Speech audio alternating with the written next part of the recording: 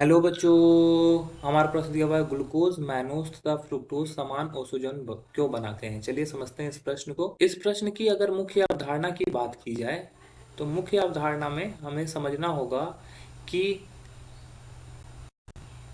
Glucose mannose और fructose में क्या अंतर है और क्या समानताएं हैं। अगर ग्लूकोज मैनोज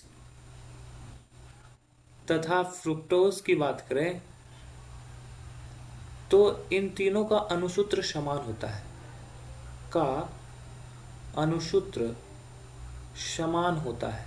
ठीक है, अणुसूत्र क्या होता है? समान होता है। क्या होता है अणुसूत्र? अगर अणुसूत्र की बात करें तो ये होता है C6H12O6। अब भिन्नता क्या होती है? इसके संरचना के पहले फर्स्ट तथा सेकंड कार्बन में भिन्नता दिखती है। चलिए स्ट्रक्चर बनाते हैं।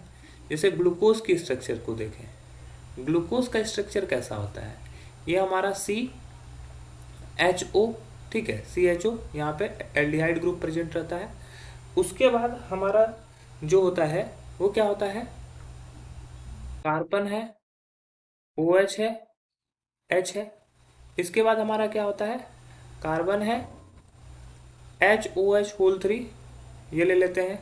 ये समान रहता है। अंत के 4 कार्बन जो होते हैं वो समान होते हैं। ठीक है, अंत के 4 कार्बन हम लोग बोल रहे हैं ना, इसकी संरचना में पहले तथा दूसरे कार्बन में भिन्नता दिखती है।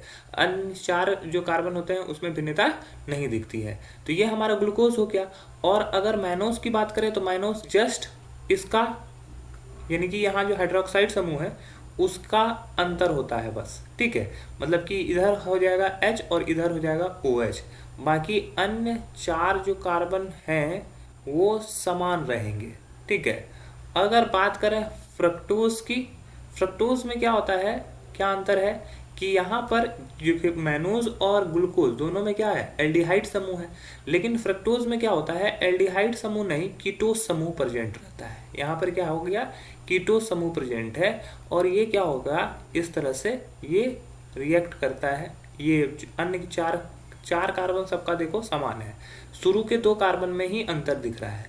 तो ये क्या होता है? समान ओसोजोन बनाता है। इसका रीजन है कि ये जब तीनों का अणुसूत्र समान होता है और तीनों का अंत का 4 स्ट्रक्चर समान होता है और शुरू के 2 कार्बन में समान तरह का से रिएक्शन होता है। जब इसके 3 मूल PHNH जिसको फेनाइल हाइड्रोजन बोलते हैं से जब रिएक्शन कराया जाता है, फेनाइल हाइड्रोजन के 3 मूल से जब रिएक्शन किया जाता है तो तीनों के तीनों क्या हो जाते हैं? समान ओसोजोन बनाते हैं। वो ओसोजोन का अगर फॉर्मूला देखें हम लोग, क्रियाविधि के थ्रू हम लोग इस चीज को देख लेते हैं। चलिए देखते हैं इसका क्रियाविधि। अगर इसकी क्रियाविधि की बात करें तो हम लोग क्रियाविधि में हम लोग ग्लूकोज का रिएक्शन देखते हैं। ग्लूकोज में क्या होता है? ये हमारा CHO इस तरह से रहता है, CHO। उसके बाद हमारा रहता है COH और H। उसके बाद हमारा होता है CHOH3 और होता है हमारा CH2OH। ठीक है, तो नीचे के 4 कार्बन में कुछ नहीं होगा, शुरू के 2 कार्बन में ही होगा। पहले ये क्या होता है? फेनाइल हाइड्रोजन के 1 मोल से जब रिएक्ट करता है, ठीक है, 1 मोल से जब रिएक्ट करता है तो यहां से दोनों ऑक्सीजन टूटता है और यहां से ये हाइड्रोजन टूट के वाटर मॉलिक्यूल को निकालता है। वाटर मॉलिक्यूल जब निकलता है तो ये कुछ इस प्रकार से जुड़ जाता है। ये हमारा ये N, फिर हमारा NH और यहाँ हमारा PH। इसके अलावा ये कार्बन जो होता है ये अपने हाइड्रोक्साइड और हाइड्रोजन ये इस तरह से रखता है, HOH3 CH2OH। अब यहाँ से क्या होता है? ये हाइड्रोजन यहाँ से अटैक करता है। ये हाइड्रोजन जैसे ही अटैक करता है ये इस पर अटैक कर देता है। ठीक है, तो ये हाइड्रोजन यहाँ से बॉन्ड ब्रेक किया। ठीक है, ये यहाँ से बॉन्ड ब्रेक किया।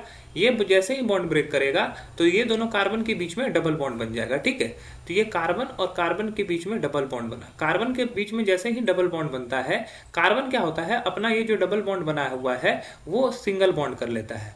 और जैसे ही सिंगल बॉन्ड करता है ये जो हाइड्रोजन यहाँ से निकला है, नाइट्रोजन अपने ऊपर उसको रख लेता है। ठीक है, तो ये बन जाता है NHPH। ठीक है, अब हमारे साथ यहाँ पर क्या होता है कि सिर्फ O और H जुड़े होते हैं और अंत के जो 4 कार्बन हैं वो समान उसी तरह से बने हुए रहते हैं। अब देखो यहाँ से क्या बदलाव आता है, जब यहाँ से क्या होता है कि ये हाइड्रोजन यहाँ से ब्रेक करता है, तो हाइड्रोजन यहाँ से ब्रेक करता है तो कार्बन और ऑक्सीजन के बीच में डबल बॉन्ड बनेगा। जैसे ही कार्बन ऑक्सीजन के बीच में डबल बॉन्ड बनता है, ये जो डबल बॉन्ड होता है ये इसको यहाँ से ब्रेक कर देता है, और ये यहाँ से जैसे ही ब्रेक होता है ये क्या करता है, नाइट्रोजन यहाँ से इसको ब्रेक कर देता है। ठीक है, नाइट्रोजन इसको ब्रेक कर देता है, मतलब कि ये यहाँ से ब्रेक कर जाएगा और ये यहाँ से ब्रेक कर जाएगा, और ये दोनों आपस में मिलकर क्या करते हैं, NH2PH बनाते हैं। यहाँ से क्या निकलता है, NH2PH, और फिर वो रिएक्शन करने के फलस्वरूप क्या होता है, इसका मैकेनिज्म ये कैसे बदल जाता है, ये कार्बन जो होता है हमारा ऑक्सीजन से हाइड्रोजन जुड़ होता है, हाइड्रोजन जैसे ही ब्रेक करा कार्बन और ऑक्सीजन के बीच में डबल बॉन्ड आया। ठीक है, और यहाँ पे कार्बन और कार्बन के बीच में जो डबल बॉन्ड था वो डबल बॉन्ड सिंगल बॉन्ड में कन्वर्ट हो गया, और कार्बन और नाइट्रोजन के बीच में जो हमारा सिंगल बॉन्ड था वो डबल बॉन्ड में कन्वर्ट हो गया। ठीक है, ये इस तरह से बन गया। इस पर हमारा एक H है और यहाँ अंतिम के जो 4 कार्बन हैं वो उसी तरह से समान रूप से बने होते हैं। ठीक है, अब क्या होता है कि वापस से एक मोल रिएक्ट करता है, किसका, PHNH NH2 का। जैसे ही एक मोल रिएक्ट करता है, इस बार ये यहाँ से ऑक्सीजन को ब्रेक करता है, और ऑक्सीजन को जैसे ही ब्रेक करेगा वो यहाँ से CH NH और यहाँ पे बन जाएगा C double bond N NH और PH, यहाँ से डबल बॉन्ड और यहाँ का 2 हाइड्रोजन यहाँ से निकल के वाटर मॉलिक्यूल यहाँ से निकलता है, और यहाँ पर ये इस तरह से अंत के 4 कार्बन वही समान रूप से रहते हैं। ठीक है, और शुरू में ये बदलाव आता है। फिर से यहाँ पर ये क्या करता है, PHNH और NH2 के एक मोल से रिएक्ट करता है। एक मोल यहाँ पे यूज हुआ, एक मोल यहाँ पे शुरू में यूज हुआ था, और एक मोल यहाँ पर यूज हुआ, तो टोटल 3 मोल यूज होते हैं। तो 3 मोल जैसे ही यूज होगा तो इस बार क्या करेगा, यहाँ से H और यहाँ से NH2, यहाँ से H और NH2 मिलाकर यहाँ से NH3 रिलीज करेगा, और ये क्या करता है, ये कार्बन हाइड्रोजन, ये डबल बॉन्ड नाइट्रोजन से जुड़ा हुआ, नाइट्रोजन से हाइड्रोजन निकलता है, तो उससे क्या होता है हमारा NH और PH जुड़ जाता है। फिर दूसरे कार्बन पर हमारा क्या होता है, ये NH जुड़ा हुआ है। इसके अलावा अन्य के 4 कार्बन जो होते हैं हमारे, अन्य के लास्ट के 4 कार्बन ये हमारे इस तरह से रहते हैं। इसी को हम लोग ओज़ोन कहते हैं, और तीनों में कुछ इसी प्रकार से रिएक्शन होता है पहले और दूसरे कार्बन पर, ताकि समान ओसोजोन बना सके।